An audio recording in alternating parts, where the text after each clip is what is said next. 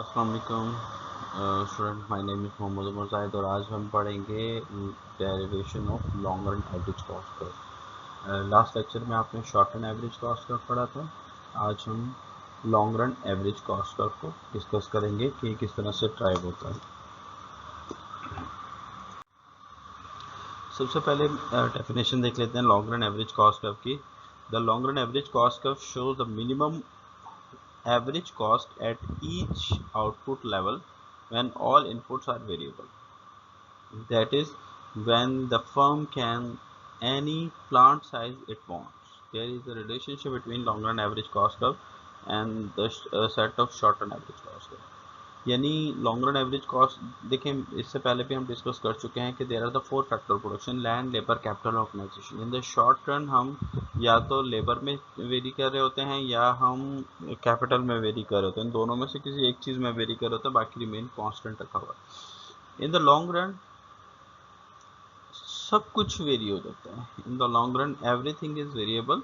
तो cost curve में अगर सब कुछ वेरिएबल हो जाता है तो हम ये कहेंगे कि that is the long run average cost curve.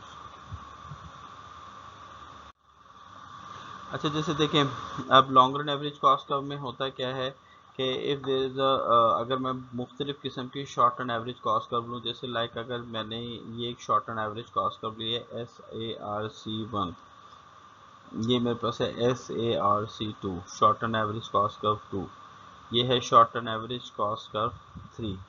ठीक है। अच्छा, short term average cost curve का मतलब ये होता है कि यहाँ पर अगर जो इंडस्ट्री है, अगर मैं इंडस्ट्री ले रहा हूँ या फर्म, कोई भी एक फर्म ले रहा हूँ, उसके डिफरेंट यूनिट हैं, छोटे छोटे यूनिट्स हैं, इंडस्ट्रियल यूनिट हैं। जैसे मिसाल के तौर पे अब जो बाटा है, बाटा की एक फैक्ट्री तो नहीं होगी, उसकी एक फैक्ट्री लाहौर में, एक इस्लामाबाद में, कराची में, एक डिफरेंट जगह पर है।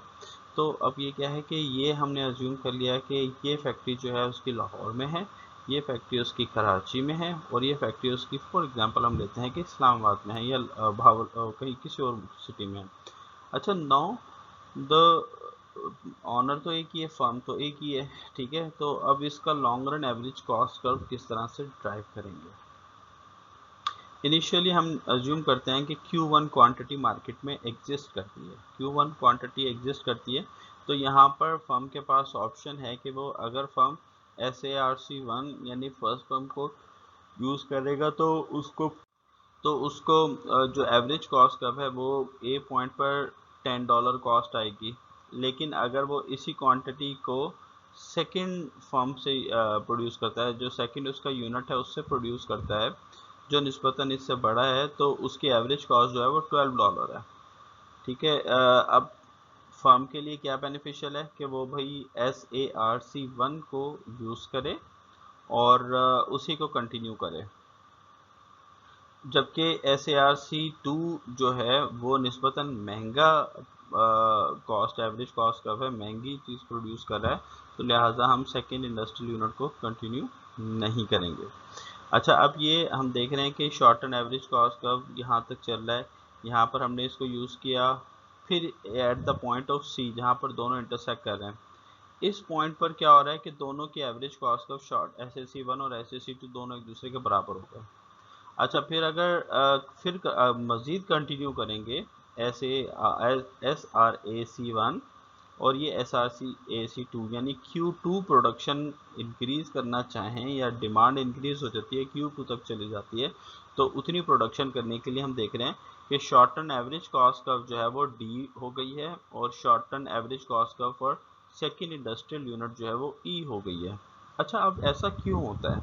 ऐसा अब इसलिए होता है कि अगर आप एक फैक्ट्री में 8 आवर्स वर्किंग करते हैं, 8 आवर्स प्रोसेस होता है, तो 8 घंटे प्रोडक्शन पे हम नॉर्मल वेजेस पे कर देते हैं।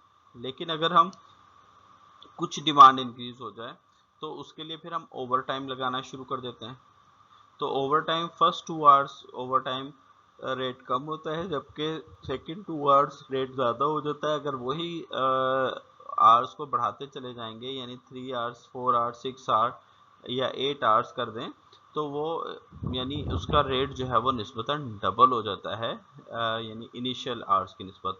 अगर हम उसको पहली फैक्ट्री से ही प्रोड्यूस करेंगे, तो लिहाजा हमारे लिए ये फिजिबल नहीं है कि हम डबल कॉस्ट पे करें, डबल कॉस्ट पे वही चीज़ प्रोड्यूस करें। तो हम सेकेंड इंडस्ट्रियल यूनिट कंटिन्यू कर देते हैं और आपकी एवरेज कॉस्ट कर्व जो है वो कम हो जाता है, क्योंकि हमारे पास इंडस्ट्रियल यूनिट तो खाली है ना, हमारे पास बना हुआ तो है।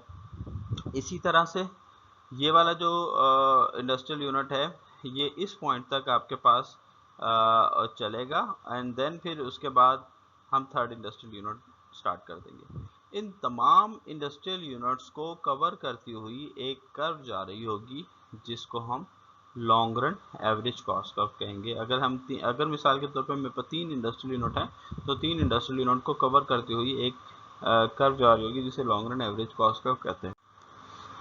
अगर जैसे मिसाल के तौर पर देखें यहाँ पर बहुत सारे अगर short run average cost curve हैं, ठीक है, वहाँ पर हमने 3 लिए थे, यहाँ पे बहुत सारे हैं, तो इन सबको कवर करते हुए एक कर्व गुजर रही होगी जिसे हम long run average cost curve कहते हैं। This is also called the planning curve, this is also called the planning curve, and